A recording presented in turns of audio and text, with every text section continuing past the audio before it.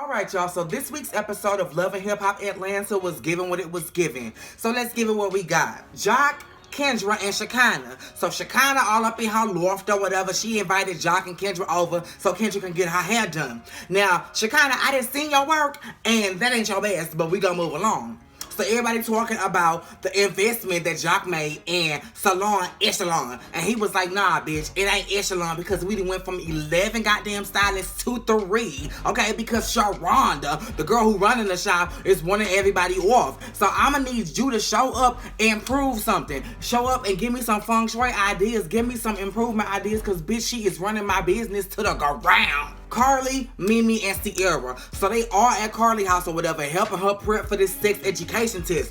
Bitch, I don't know why you want to teach sex education because after this little fiasco you had, you should be far away from the sex subjects. But okay, bitch, whatever. So you talking to them, you going over your little ones and your twos or whatever, and then you get to talking about your relationship. And this is the second time that you done said this man wants you to do something at a certain hour. Not 01, not 02, on the o'clock, bitch. And the girls was like, bitch, he sound controlling. What you need to do is talk to Dr.Jeff, because when I was in a love triangle and I had my situation going on with Stevie and Jocelyn, bitch, I went and saw Dr.Jeff, and even though it ended in fiasco for them, I was fine. BK and Sierra, I don't know why the fuck BK decided to show up, because in his confessional on the way there, he was like, I'm missing my girl. And then when you get to the dog, you like, I'm here to pick up my dog. See, that's the problem with niggas. You need to say exactly what's on your mind. Tell me exactly how you feel, bitch. You did not come for no motherfucking dog. You came for me. And then when I shut your ass down, this was a classic depiction of what happens in the real world. Niggas be catcalling, hey little mama, and as soon as you shut that motherfucking ass down, fuck you then, ugly ass bitch. As soon as Sierra shut BK down, he was like, you a scumbag. You out here fucking nigga after nigga after nigga. Bitch, you came on my birthday trip and was grinding up on a married woman, but bitch, I'm the scumbag. But honestly, y'all just need to stop playing around and be together. It's clear y'all want to be with each other, because, bitch, if I would have seen BK at my door and I wanted nothing to do with him, I would have never opened the door, bitch. You live in a pretty nice neighborhood, so I'm pretty sure you got a peephole or a window that's adjacent to the damn door so you can see who's standing in front of that motherfucker. Shekinah goes to the shop. So she walks in the shop, it's ladies sitting down. First of all, when Jock had went over there, she was like, I overbooked so what? I overbooked so. The lady was like, I've been here waiting forever. One bitch had got up and walked out, bitch. It was just a fiasco.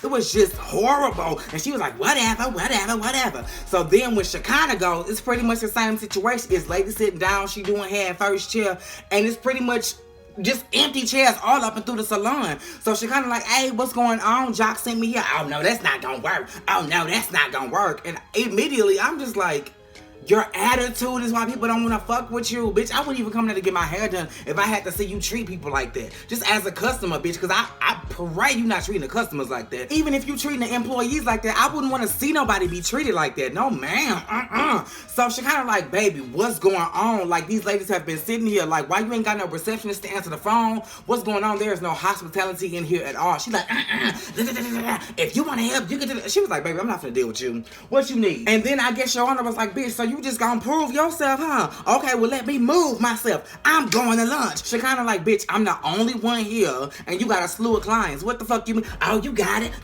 I'm taking my lunch. Baby, as soon as she got to that car, she Jock. She went the fuck off. And Shekinah on the other end, bitch, this hoe is the reason why your business is going down. So Jock like, listen, I'm at a Sephora with my fellas, which we is not finna talk about because that shit was boring as fuck. But y'all need to handle that shit because I'm having me a good time. So after the day was done or whatever, Shekinah was like, let's sit down and just have a powwow, bitch, because I really ain't got no issue with you. Why you can't get along with Jock? Sharonda goes on to say, Jock shows favoritism to the stylist. And then after he shows them favoritism, they show up to work acting like they don't know Sharonda, undermining her authority and all this. So this could go one of two ways. On this side, it's completely believable because it is Jock and he got 73 kids. So bitch, I know he likes to rustle and tussle. But on this side, you said he was showing favoritism. At the beginning of the episode, he said he went from 11 stylists to 3. So bitch, you mean to tell me he was showing favoritism to 8 bitches? How can you have 8 favorites? Help me understand. Make it make sense, daughter. No, what it seemed like is you just wanted his money. You didn't want his involvement. You wanted him to be a silent partner. And once he started vocalizing how he wanted his business to be reflected, you had an issue. Cause you like, bitch, I'm running the show. I'm the hairdresser. You just pitched in. Baby, y'all should have got an understanding of the roles that each other's gonna play before y'all signed on the dotted line. Boom. Rasheeda and Jasmine. So Rasheeda and, I keep forgetting that bitch name, Kelsey. So they had Frost Bistro setting up, painting and choosing colors and all that. And then Jasmine pulls up. Rasheeda and Jasmine get to talking. And Jasmine is just like, I know my outburst on social media about how y'all feel about my parenting was not the best thing, but I'm young. And I got in my feelings and I acted impulsively. So I shouldn't do that. I understand that wasn't the best move. But I feel like you was questioning my mothering because you was like, he 2 years old in the pull-up. And Rasheeda said exactly what I said back then. I don't think she was trying to be offensive. She was just talking like, child, we gonna have to work on that like a black mama. Like, girl, you need to get about your feelings. And then Jasmine went on to say, a lot of the stuff that me and Kirk disagree about, he places on you and says that it's your decision. And Rasheeda like, seriously? Oh, okay, we gonna get that handled. But Rasheeda, I don't think you can really get anything handled because at the end of the day, you the one that told him to limit his conversation and or other things with Jasmine. Rightfully so though, because bitch, you are the wife and that is the mistress. So what you say typically goes in this type of situation. But yeah, I mean, I don't know.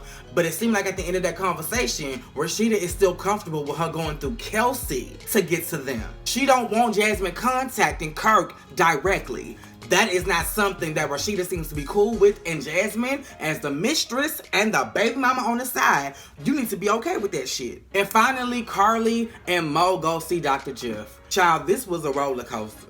So they sit down and they're talking about the whole time frame and the restrictions and the way they talk to each other.